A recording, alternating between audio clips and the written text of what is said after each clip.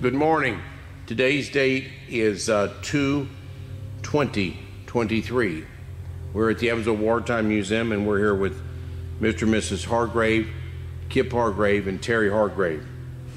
Kip Hargrave's a native of Evansville, Indiana, and went to Wrightsmore High School, Notre Dame, and his wife went to St. Mary's College that joined Notre Dame at some time. And okay, they didn't join, well, whatever. Something, what they do? No, we are an independent. Oh, they're independent? Okay. St. Mary's is still independent. College. But there's a lot of romances between the two colleges anyway. That can be. That's a fair statement. Okay. So we're here to talk about the Vietnam era. But we have in this museum some memorabilia from Kip's dad named Bob Hargrave. Bob Hargrave went to Memorial, then went to Notre Dame, graduated in 1941 or so from Notre Dame, and it was in the Navy. It was over in Japan, and we have his memorabilia here in the occupation of Japan. And so little Kip was a little baby when he was still in Navy uniform. So that's some of their military history. And his dad was played for Notre Dame, which is not very common around here. But Kip has two other siblings that went to Notre Dame, or one other sibling? No. Well, yes, I do have one sibling. My sister, Jane Ann, went to Notre Dame. Okay, and you went to Notre Dame, and your daddy went to Notre Dame. Yes. And your mother went where? St. Mary's. St. Mary's, okay, St. Mary's. Right there. So that was part of the romance. Susie Bell. And Susie Bell went to St. Mary's. She did. And Susie Bell is Susie Hargrave Bell, and she's the one that got this arranged. And we're going to show a couple pictures of Bob Hargrave with Kip and Mrs. Hargrave. And Miss Hargrave looks just a little bit like Susie, so I think Susie got some of her looks from Miss Hargrave. Yeah. Anyway, what we're going to talk about is a little bit of Vietnam history. So when you graduated from college, tell us how you got in the military, or tell me how you got into college and where you went from college, meaning Notre Dame, and he described some of that in... Yeah. When I was in college at that time, when I was like freshman, sophomore, junior in college, they still had a draft that depended upon, it was just an open draft. They hadn't gone yet to a numbered draft where they would send you a number. So I was pretty certain that if I graduated from Notre Dame in 1967, that I would be drafted into the Navy, the Army, something. So I figured when I was a junior that, maybe I could be an officer in the service. I'd rather be an officer than an enlisted man, I thought, but that made sense. So the Marine Corps was the only one that had a program that would allow you between your junior and senior year to do some training and then be part of the, frankly, I graduated in a Marine uniform. I graduated from Notre Dame in a Marine uniform. And that's how I got it. And then I actually started infantry school in, I think, September of 1967. Okay. This is a picture of Kip graduating from Notre Dame, and this is his mother to his right and his dad to his left, and that's Barbara Streisand behind him. It was popular at that time. But that's what his uniform looked like. ROTC graduate from Notre Dame, 19... Well, yeah, I wasn't technically an ROTC graduate. I graduated as a United States Marine. United States Marine, what year? 1967. 67, okay. Now, let's go ahead and then after you graduated, let's tell what you did after that, Kip. Well, I spent the summer in Evansville working, and then went to infantry school starting in September of 1967. I was in infantry school for, I don't know, probably 5 months in Quantico, Virginia. One thing I learned in infantry school, being an infantry officer can be a very dangerous occupation. So I searched around in the Marine Corps. I did very well. I scored at the top of my class and everything. And so I could kind of pick what MOS I wanted to be. And wouldn't let me be a pilot because I've got color blindness. So and they had this other thing called a Bombardier Navigator and an A6, and I said, good, I'll do that. And they sent me to training. I trained for at least a year, maybe two, maybe a year and a half, all over the United States. And finally in 1969, maybe the late summer of 1969, I was sent to Vietnam. And I arrived in Vietnam probably in September of 1969. How many push-ups and chin-ups could you do then? Depending on who was yelling at me, how many I got to. So then we got to there in 1969, and you were there for a short period of time. I flew out of Da Nang. Yeah. So Da Nang is a huge, it was the biggest probably the biggest airport in the world at that time. And there were two sides of it. The Marine Corps had been the original builders of the Da Nang Air Base, and they had this long runway on one side. Then the Air Force came in later, you know, a year or two later, and they built the other side. Well, the one side, everything was proper. It was beautiful, and it worked. And when there was incoming that would come in, their sirens would go off before the incoming would be hit. Then there was the Marine Corps side. Man, it was just a pile of junk all over the place. And certainly when incoming came in, the sirens would always go off maybe 2 or 3 minutes after everything hit, you know. So that was the difference between the two. And I flew obviously out of the Marine Corps side. Marine Corps always got second-hand stuff. They didn't get the first-hand. They got second. Yeah. Well, they were so proud that they would always return money to the federal government. Yeah. You know? Yeah. They were tight. Yeah. Their feet squeaked. So Kip arrived in Vietnam about September of 1969. Let me do some summary. March of 1966, we had 185,000 servicemen in Vietnam. 2,700 had been killed at that time. If you look at January 30th, 1968, that was the year of the Tet Offensive. 85,000 American troops in Vietnam. 185,000 troops or more. That statistic, I don't know exactly on that, but there were 20,000 American troops that had been killed by 68, and at that time we had, during that Tet Offensive, where the Viet Cong went after 5 major cities, dozens of military installations, 85,000 Vietnamese troops were killed. And at that time, the government of the United States felt that that was a move of desperation, but there was major debate that that may not have been a move of desperation. February 27th of 68, Walter Cronkite went over to Vietnam and visited, and he said when he returned that it was a stalemate. And Lyndon Johnson said, if I've lost Walter Cronkite, I've lost Middle America. So November 15th of 69, a month after, 2 months after Kip arrived, that's when the major things happened across the United States against protesting.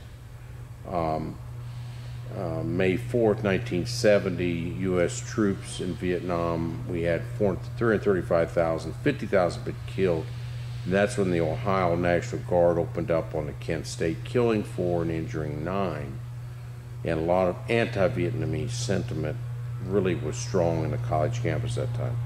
So we're going to back up, and this was about a year after the Tet Offensive, and we had changed a lot of our offense. If you look at the Vietnam War, there were 3 things that had happened in that war. We were ready in the 60s for training for nuclear problems. So we were very advanced, but not for traditional warfare. We weren't trained for traditional warfare like we had to do in Vietnam. And some people said we had one arm behind our back in some of these things because we had all these things, we couldn't use a lot of them. So we had to retrain into conventional warfare. And so Kip was a product of revamping things from 65 to 68 into traditional warfare. So, Kip, tell us about when you arrived and then your daily experiences until you got up in that plane and had a problem. So just start from about when you got there in September and what the cultural change was for you when you arrived in that weather. Okay. One of the big cultural things you saw as soon as you got off the plane in Da Nang was that it seemed like the war was divided into two pieces, a black piece and a white piece. Black kids were infantry guys. They were doing, the hard work on the ground. I don't mean going into combat. I just mean working on the airfield. And then there were the white guys like me that were flying the planes or in administrative positions. You really saw that as soon as you got off the plane, and there was conflict between those two elements. You could see that you weren't really, as a white guy, accepted among the black guys, and the black guys weren't accepted among the white guys. So that was something that was right up there. You were also very separated from the Vietnamese. I mean, the base was completely off limits to almost any Vietnamese. What base were you on? You're talking about South Vietnamese too. Yeah. Yes, as far as I can tell, I never saw South Vietnamese either. The base was the Da Nang airfield, the Da Nang base. So there was that division as well. We slept in Quonset huts. A lot of times, a lot of our flights were at night. So you slept during the day in an air-conditioned Quonset hut because you had to get some sleep. Good food, plenty of beer, and then you would fly, like I say, a lot of times at night. This flight was different. So how many flights did you have before this flight? I don't know. I don't remember. You're just going on one. I probably had not too many. I would maybe less than 10 in that month. I'm guessing, but I don't remember. Tell us, describe your plane, the speed, what it could do, and what your position in the plane was. Okay, the plane is an A6, and it was built to do low-level, mainly night or bad weather bombing, but not dive bombing. And it was used a lot to fly into North Vietnam because it could use its radars and stuff to pick out bridges and hard targets like that. And it would fly underneath their radar. So hopefully you stayed away from that kind of getting shot down. It was used in South Vietnam by our advanced troops because they could signal our plane and tell us exactly where they want the bombs dropped. And again, because we're flying low, we had a much better chance of surviving an attack than some of the higher, the planes were flying high. The B-52s, no, they were so far out of, they were flying at 30,000 feet when they dropped their ordnance. Why were you more protected at a low level than a high? Because the other radar couldn't get you? Is that mostly why? Yeah, the radar, and when you're flying that low, even people on the ground that had some kind of anti-aircraft capability, they wouldn't hear you until you were over their head and gone. Mm-hmm. So it's still a little bit better chance. I'm not saying a perfect chance, but a little bit better. When you went on your nighttime flights, did you have radar that intercepted and would tell you where the MiG jets were or the other people against you, or mostly just radar for what you were looking for? Yeah. Again, you wouldn't find much of that stuff in South Vietnam. The NVA's capability in South Vietnam wasn't that great, and certainly not the Viet Cong. But the guys that flew into North Vietnam using our planes, they often were Navy guys flying off of ships, off of aircraft carriers. But you'd fly up there, and then there was a lot of anti-aircraft radar, and our plane was more than capable of picking that stuff up. I Yeah. see. And your plane would go wild when they locked in on you. Did you ever have to divert when somebody locked in on you? Nobody locked in on you. No, Nobody. no, that's how I got shot down. We didn't realize anybody was even down there. Yes. So, yeah, you could, the tactics used in North Vietnam, we weren't doing any work in North Vietnam, so I don't know a whole lot about it. I'm going to show the plane that you have here. Just one second. Picture of Kip's plane. This is the A6. This is the day it was shot down in October of 1969, and this was a buddy of his was in a plane next to him, and this day he was shot down. They had clear skies, and everything looked fine that day when they were flying. Usually they flew at night, but this is a daytime flight. Yeah. Okay, now, tell us about, usually you're flying at night, and all of a sudden you're in the back seat of this plane, and tell us what happened there. Well, I'm not in the back seat. We sat side by side. Oh, okay. So we're just ordered to go up. The mission was basically, there were some old French bunkers up in the DMZ. And whoever was in charge wanted to make sure that the NVA or the Viet Cong never used those bunkers, so they just wanted them broken up. All we were was a wrecking ball. Yeah. So if you look at that plane carefully, that plane, that ordnance that's on that plane, that's 2,000-pound bombs. Normally we would fly with 500-pound bombs. So you look at this plane as we're looking at what he says, the ordnance on the bottom, it looks like 2 bombs on the bottom of this plane, each one 2,000 pounds. Yeah, there would have been 5. You just can't see all 5 of them. Okay, there's 5 2,000-pound bombs, so you had to lift enough to raise 10,000 extra pounds. Right. And normally you had 500-pound bombs, but this was a different mission, going in the daytime and going to the French bunkers. But you look at the size of those bombs, each one 2,000 pounds, okay? So, so that's something that I've never flown with before. I've never dropped 2,000-pound bombs. We're also dive bombing, which is something that plane is not necessarily meant to do. So we're rolling in, probably 6,000, 7,000 feet to release the ordnance about 3,000 feet. So you're coming at the ground, and the way it works is you have a little spotter plane down below you, and he's throwing some smoke on top of the target so that you know what the target is. Because, like you said, a lot of this stuff is just covered up by forests. So he does that. You see that. You come in without being hot at this point, just to make sure you're more or less going to drop bombs on the right target. And you come around again to drop, but this time you're going to drop hot. So you make 2 passes. So you make 2 passes, and that was the mistake we made.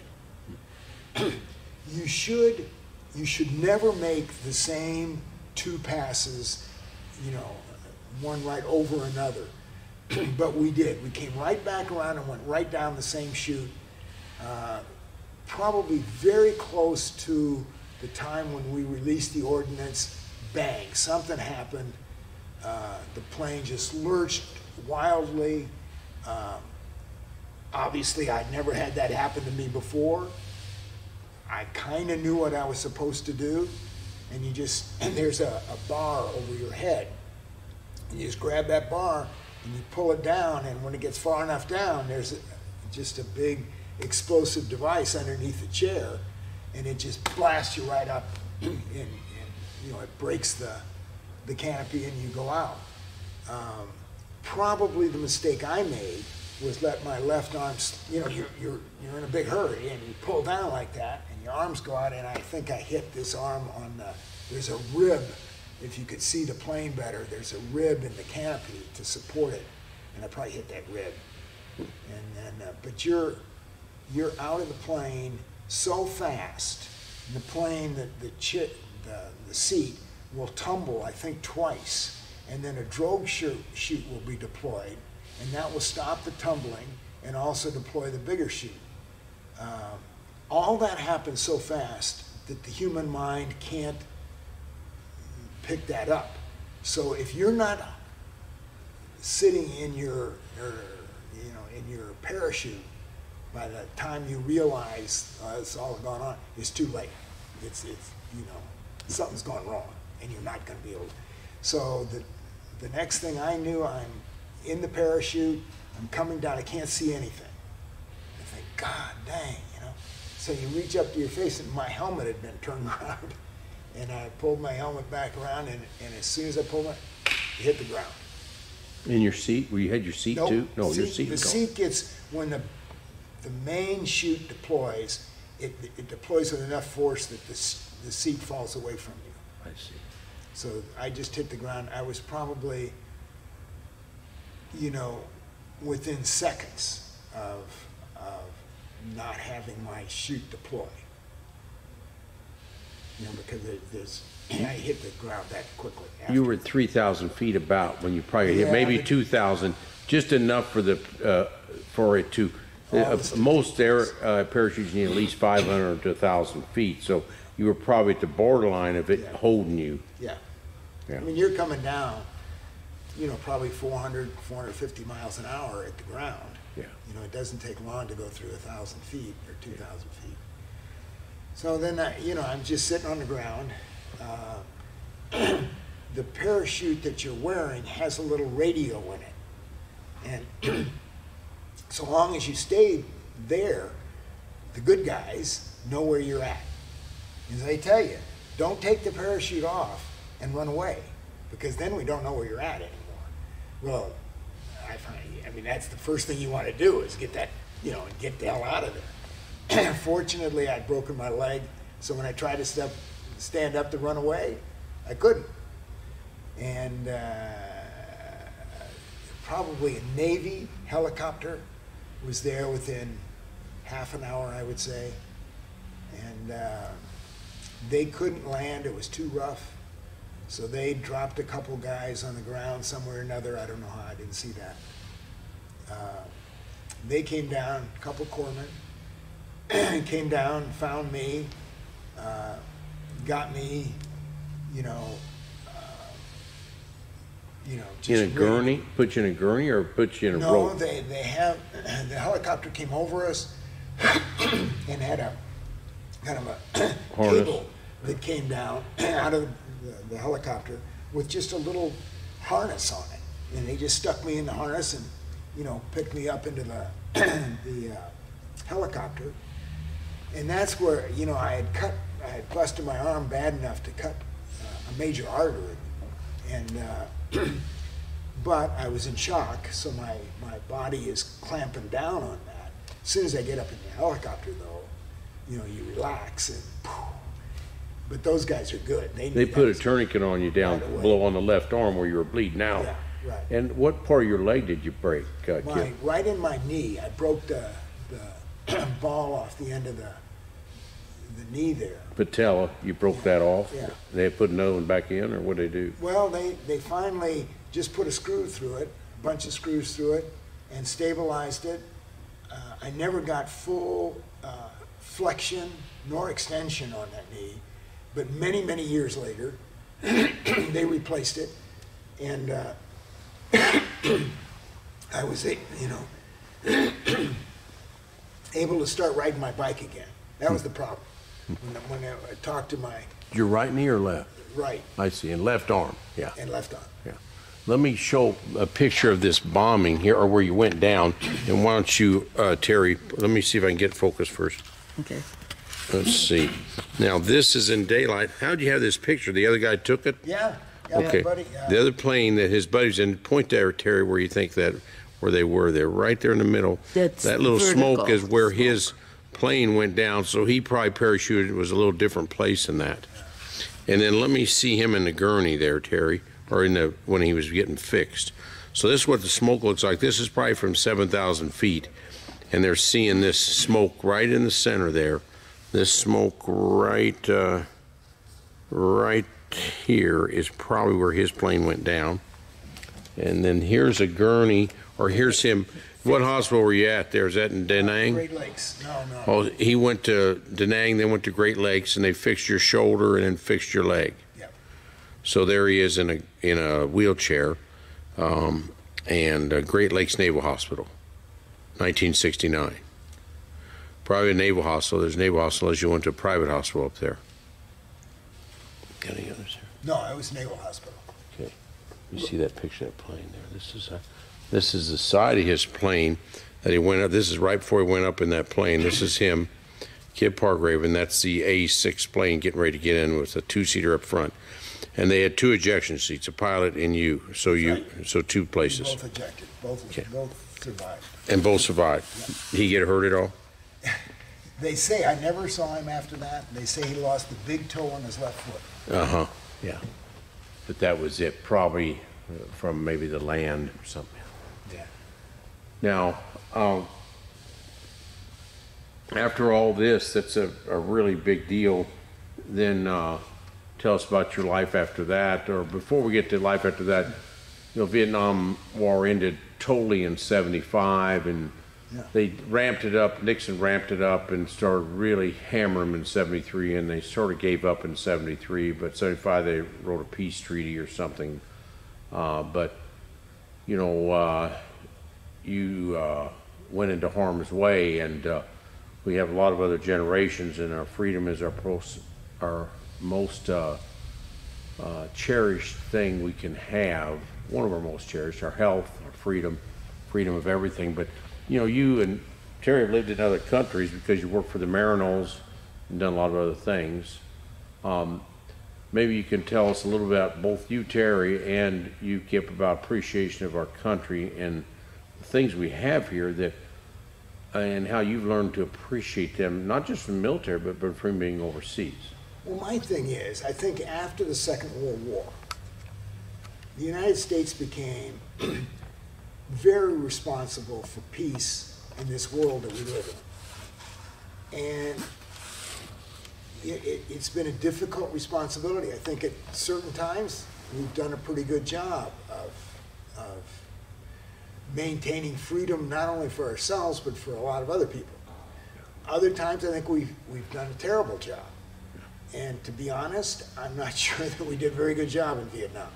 When you're talking about freedom, how did the Vietnamese threaten our freedom in the United States? I just don't buy that.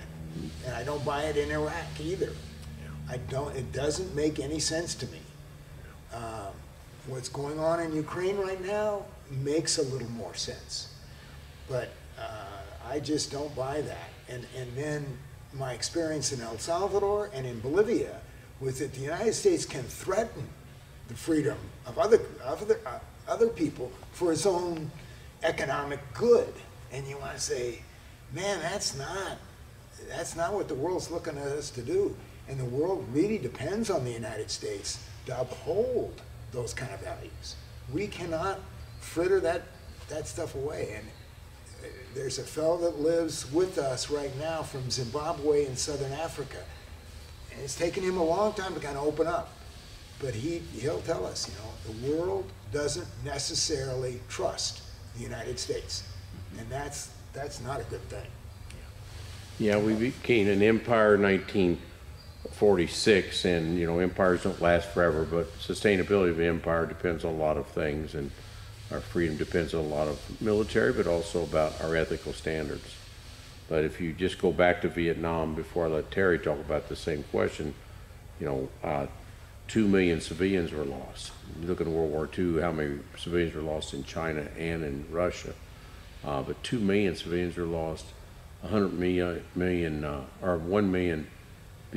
Vietnamese soldiers were lost, and up to 200,000 South Vietnamese were lost. 58,000 Americans were lost. But that's close to 3.5 million people lost in just the Vietnam War that stretched over a 10-year period of time. But 3.5 million in World War II, we lost in the world over 70 million. But that's 5% of what we lost in World War II, and that was a war of just a 4 to 6 year period of time. But wars are difficult times for all of us. But I think the ethical standards are really important questions that we've got to continue to ask. Are we doing it for economic means? Are we doing it for philosophical means? But we are trying to be, at least in general, trying to be ethical country. And Terry, you answered that same question, because I think you come from a little bit of different viewpoint, maybe tell your experiences overseas and how you perceive, the United States over the last 75 years or so. You really want me to answer this question? Well, you don't have to. I mean, I'm sure it's Yeah, philosophically. because it's quite different. Yeah, that's fine.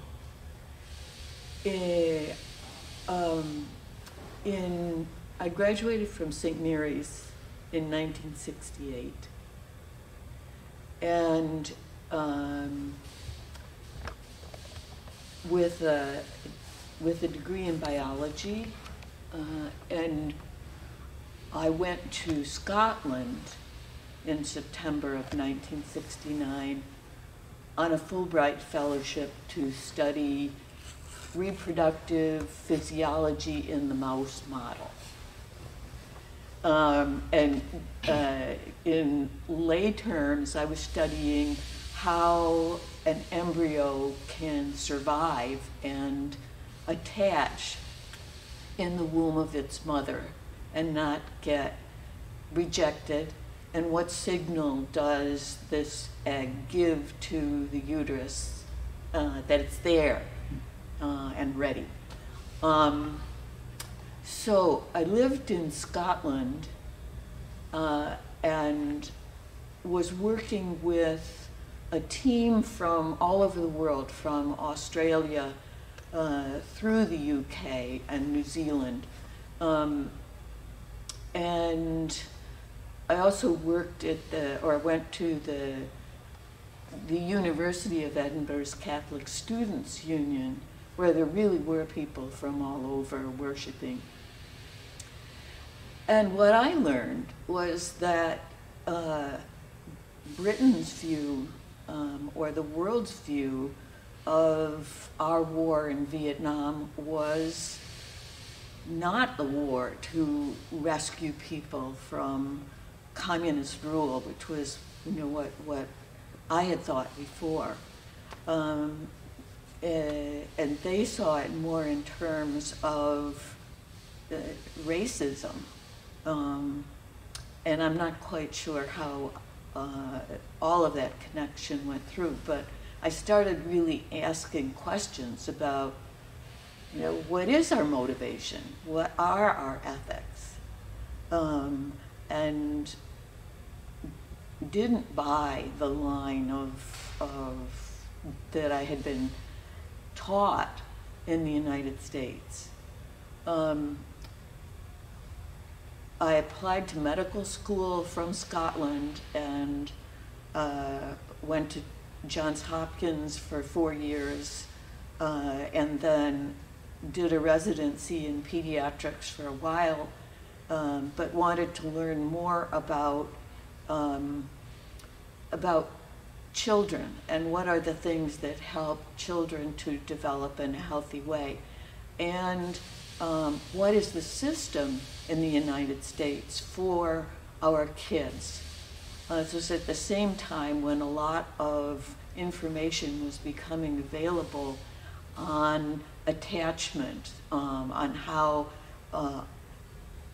a mother or father or other person in a child's life bonds, how the baby and a significant adult bond in order for the infant to survive and get what the child needs to have a sense of self, to be able to recognize emotions and cope with them, and how to have enough of that to feel secure enough to explore their world and learn. And that's what the focus of my life has really been since 1969. I have a master's in public health, which gives me more of a systems perspective on what it is that we do as citizens, as government, that helps us to develop human infrastructure. And that, I've seen the war on poverty that Johnson launched and the initiatives that were grant-based and short-lived. I've seen good things that the initiatives brought, especially to children that didn't have the economic means that my own parents had had, that Kip's parents had had, that most of the people that I'd known in medical school had had. I went to work when I finished my training, I went to work in a neighborhood health center in Boston in a housing project.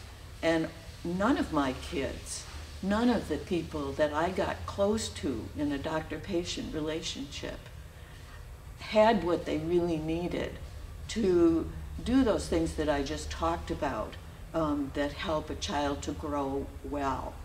The initiatives that our government had taken did help. They helped, they gave moms with very poor support systems someone to be with them as they worked on trying to do the best they could with their children. And then that got defunded. And that's been the picture that I've seen over generations, that things get started up but they don't get continued. And I know that folks today can't help but see the mental health crisis, that another war which we are still fighting, the war on COVID, that only has exacerbated what we're seeing, that kids, when kids have trouble, they have trouble doing those things. They have trouble learning in school. They have trouble staying out of fights. They have trouble playing well on sports teams in many situations. And they have trouble staying out of jail. They have trouble being productive citizens that earn enough to pay the taxes that we need to keep our system going. And I think more than ever now, we need to pay attention to our human infrastructure. Even to have a healthy army, to have the kids that can be in our armies, to follow directions and not fall apart under the stress of combat or the stress of whatever.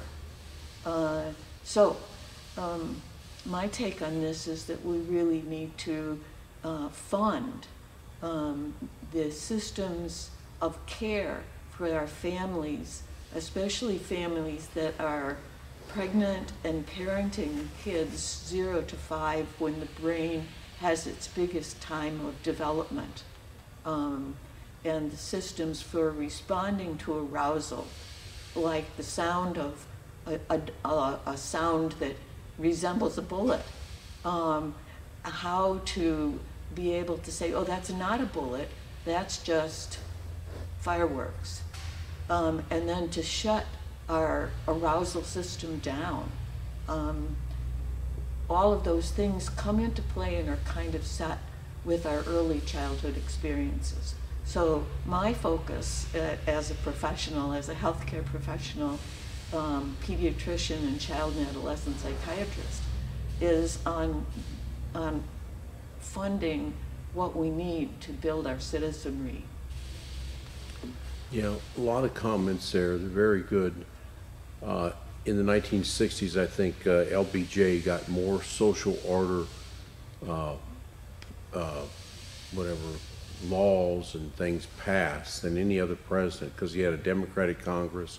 He knew how to shove things through, but he did get Medicare. He got a lot of other fundings that were done. Some have been defunded, that you say, but that's to help kids. You look at the Warren report. The Warren report talked about lots of drug abuse happened after Vietnam, and the Warren report indicated that if a person came out of a reasonable economic environment or didn't come from a tough life before they went to Vietnam, a lot of times they would come back and get rid of the drugs and be reasonable citizens without the drug effect. But if they came from tough life where they were on drugs before Vietnam, a lot of them reverted to the same social environment that they were in. What you're talking about is childhood development. We in Evansville, Indiana, we have a sensory playground at St. Vincent's that was funded by the Stone family. We also have a Stone Medical Center, but they just funded a large amount, the largest ever value for improvement of mental health. We have a tremendous plague of drug abuse at this time, and a lot of that's based on mental health and childhood mental health. If you look at Suzuki, D.T. Suzuki, the father of Japanese piano and Suzuki piano, he says the development of a child, a lot of things are before 9, before 5, and a lot of their music is put into a kid's mind at that time. So many developmental things happen that we don't know. In Vietnam, they didn't have a lot of things, and a lot of the third world places don't have a lot of things. But you're in public health, Terry, and also pediatric and pediatric psychiatry. It's probably the most needed specialty of all, and it's a have and have not. In psychiatry, we need about double or triple that amount. It's a shortage all across the United States and probably the world. And if we don't repair this next generation and help them along, PTSD is a big effect of after Vietnam. We have tons of soldiers with PTSD. There's a lot after World War II that was not described that way, but some people still have suffered. We have less than 110,000 veterans from World War II right now, lots of Vietnam veterans. But how would you, here in this museum, how do you connect those kind of problems with the museum? Well, we had a person from the University of Southern Indiana. He was a psychologist. He talked about 3 years ago, he talked about PTSD. He went on for an hour, and it's very much psychology. He talked here in this museum, and he talked about, we have representatives here of the American Legion, the VFW, and the 40 and 8. And those are all veteran organizations. What he spoke about is, he says, he came back from Iraq and Gulf War, he says he talked to people, and he was over in the wars, and he said, you come and you talk to your family, and they hear your story for about an hour, then they're sick of it, or they don't want to listen anymore. And so these people then go to a VFW where they have people that talk about the same things. They talk at American Legion, they talk at a 40 and 8. They talk about the same things. They have somebody that listens and has gone through the same experiences. And he says those listening things are very important. And so, a museum of war is telling you lessons that you should learn and not repeat. It's Oppenheimer has really became a dove. If you look at one of his workers named Melba Phillips, she's from about 25 miles from here, Winslow, Indiana, and she was a lady that helped, went to the University of Chicago, got her PhD in physics, and helped probably create the atom bomb, but got no credit because she's a woman in a man's world at that time. But she became very much a dove too, and most people that see the terribleness of war become not hawks, become doves, and try to understand that we don't ever want to go to war. And even though this is a war museum, we're teaching people about teamwork, about the industrial infrastructure that was created in World War II that beat oppressity. And Hitler was showing his colors, and he showed his colors that he was not normal, and he was not going to give up, and he was going to run over the world, and he was sort of a nationalist, where nationalists care about just more and more power, and hopefully the United States we're a little more patriotic and not nationalistic, where he showed his colors, and if we didn't defend ourselves, we would be of German and Japanese and Italian heritage right now, and be run over by them. I doubt if they would have controlled us forever, but they could have controlled us for a little while. If they got the magic bullet, the atom bomb, I'm afraid the Trump card would have won. And the Trump card in the wrong hands at that time would have won. The Trump card in the wrong hand at this time will make our world terrible. And you during Vietnam, Kip, they didn't use that Trump card. And they weren't going to use that Trump card. And we're lucky they didn't use the Trump card. They used normal warfare, which is, it'd have been over in a week if we'd used other kind of warfare, but we knew we couldn't use that kind of warfare.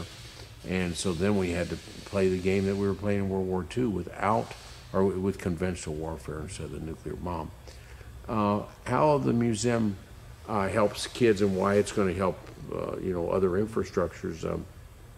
I think you don't know where you're going unless you know where you were, and it helps you know where you were, and sustainability. And I asked multiple people from younger generations where they dropped the atom bomb when the atom bomb dropped, and I'd say about 30% of them get the answer.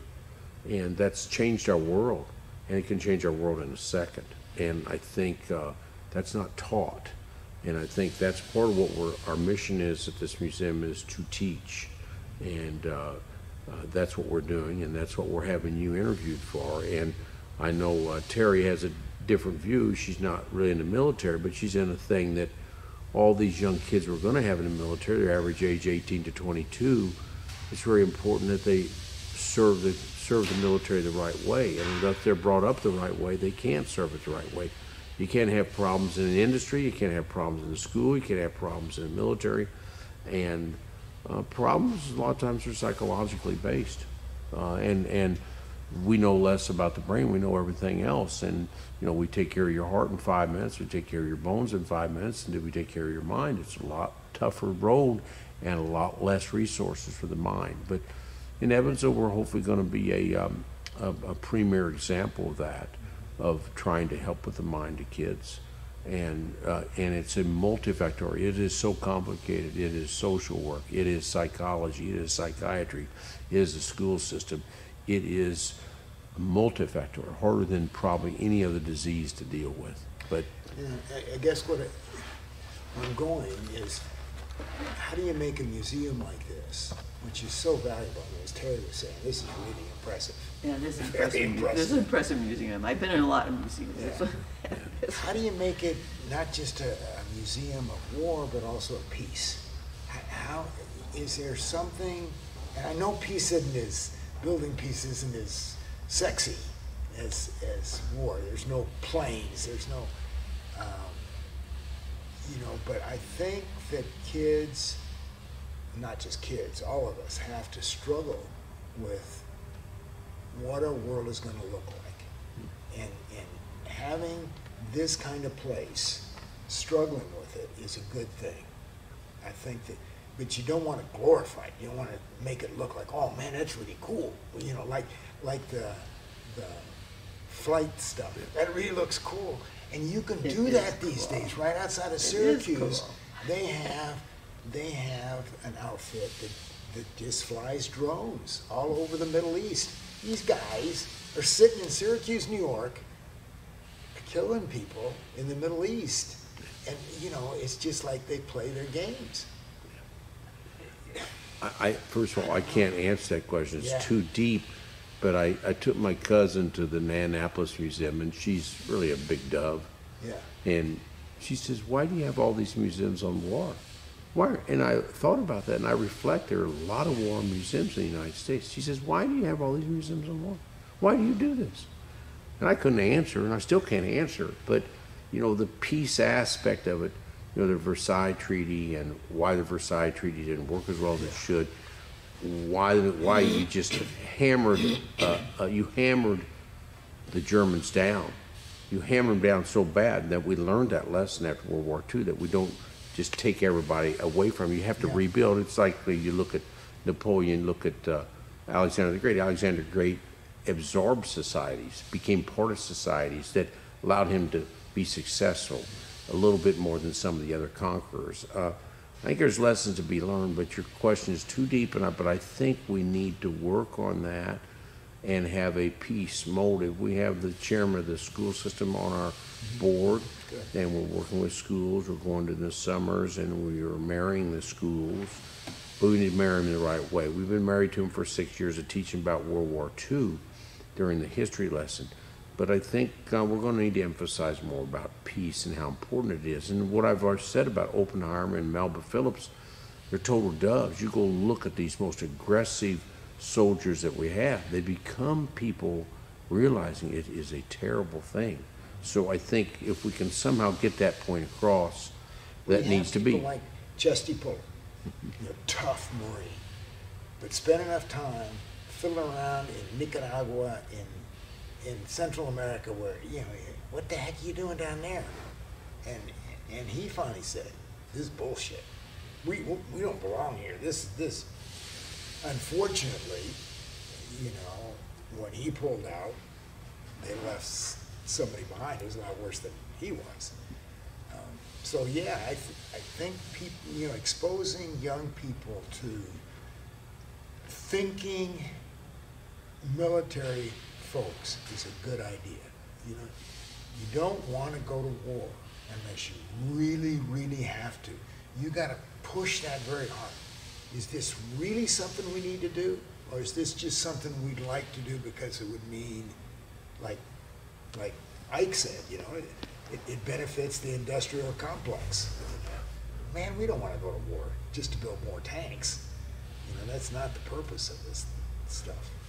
Yeah, if you look at the Persian Gulf War, when I was reading some things on the Vietnam War to talk to you, I talked about the leaders at your time, maybe even younger than you during the Vietnam War, saw the things that we made mistakes in. And I was in the Persian Gulf War, and they went over the Persian Gulf War. There were 35 enemy planes dropped down, but the way they attacked the Persian Gulf War, they had the Tomahawk missiles, hit all the areas of communication. And if you look at how the Persian Gulf War happened, they said the leaders of our Air Force, the leaders of our Army and Marine Corps were babies or youngsters during the Vietnam War, and they learned lessons. So they learned lessons to have less killings, 130 or 140, 60 deaths in the Persian Gulf War, which I wouldn't be here unless.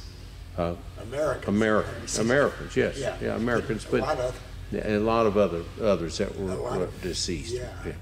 But those are too deep of questions. But I think as you bring up the philosophy of that, I just left the New Orleans Museum. It's 5 buildings there, and absolutely unbelievable. Run by 185 nonprofits, but they go over they have, Jenny Craig gave them a bunch of money, so they do all the research in the background, but every display is uniform. It describes the evolution of things, and describes a lot of atrocities of war. It described even cannibalism. It described the Nuremberg trials, described the Japanese trials.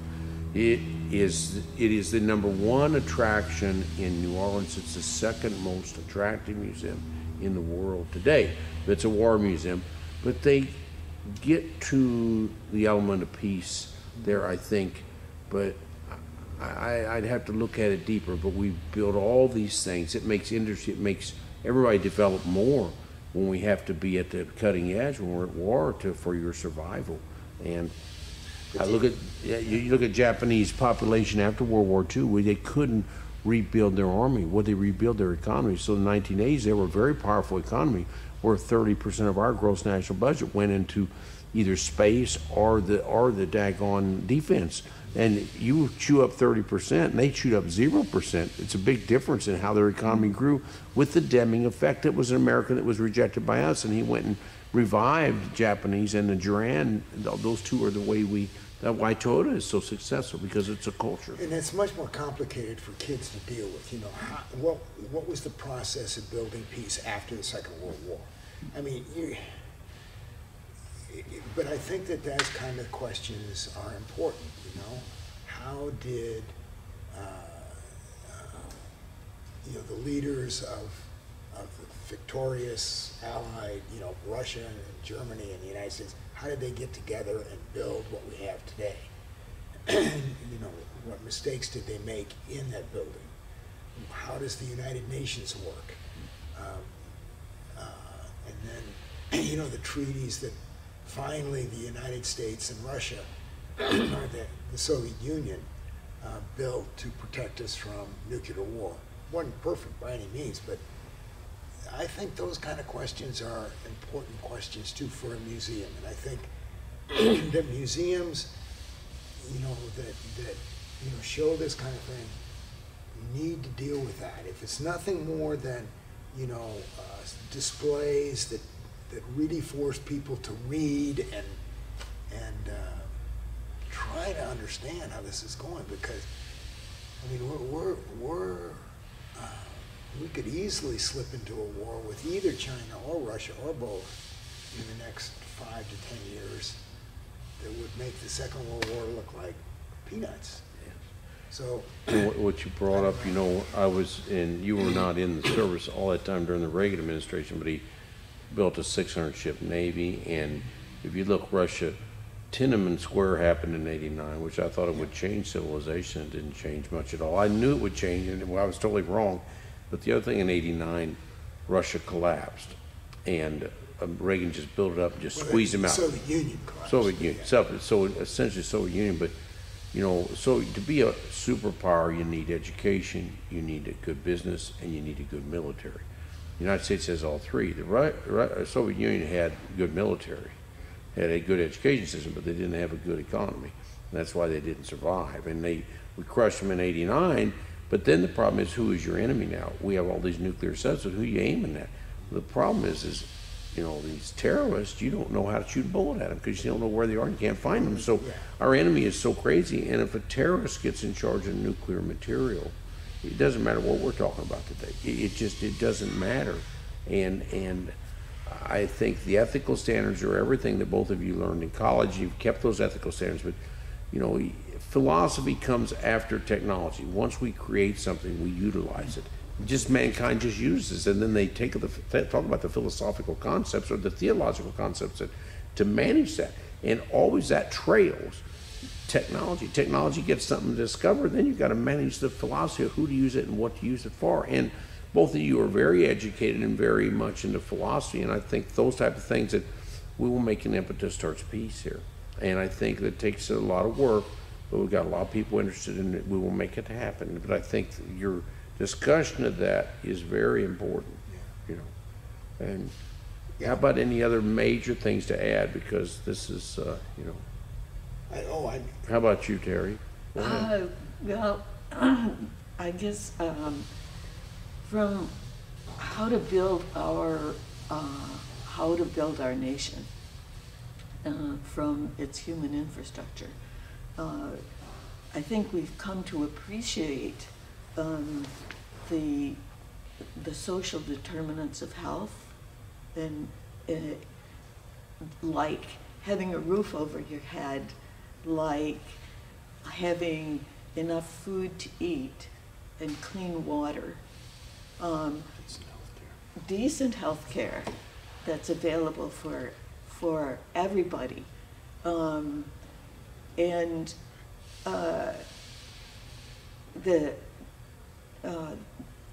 we need to pay attention to those things. And those things, it's not going to be good enough just to pay attention to those in the United States. I mean, Terry and I both lived, you know, Terry and I lived for 3 years in Bolivia, and I lived for another 2 years in El Salvador. In order for, it's one world we live in. We're going to have to see that there is these kind of things that countries are working at there. We can't force them to, but we can encourage and we can help them move in the right direction. You know, it can be done. Yeah, I think those are other major questions. If you don't have food, shelter, and health, then you can't talk about what we're talking about, because the human being is miserable. They don't have food, shelter, health. They can't get to the next level. And we're talking about another level. And until we help that, you look at Bill Gates out of Arkansas. He has 400 employees there. All they study is the water of the world. They say that's the most important.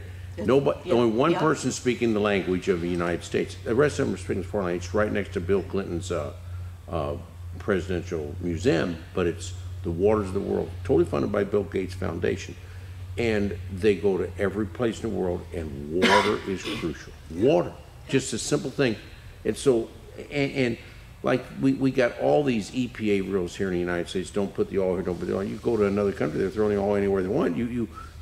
We're not making rules, we're making rules for the world, for us to have a world left in the environment and things. So it's a world game, and we have to play the world game. And you've been in third world countries, and I think part of You talk about sustainability in our children, one of the things is I think they have to be in the military for a while, work on a farm for a while, and live in a third world country for a while. And then you appreciate what we have and appreciate the needs of the world. And I think until they do that, they don't realize things. It's out of sight, out of mind. And you both have experienced it, so I'm talking to people who have been around and done that. And you can never forget those experiences, and you never forget the needs of others. But I spent 4 different times in India volunteering, and this guy had one pair of shoes and one thing. He'd look at my eyes, and I would look at him, and he had nothing of what I had, of any economic means, but he was happier than me. In the eyes, he was happy. He didn't have anything economically, but he had peace. He had happiness. He didn't need any tangible goods in this world.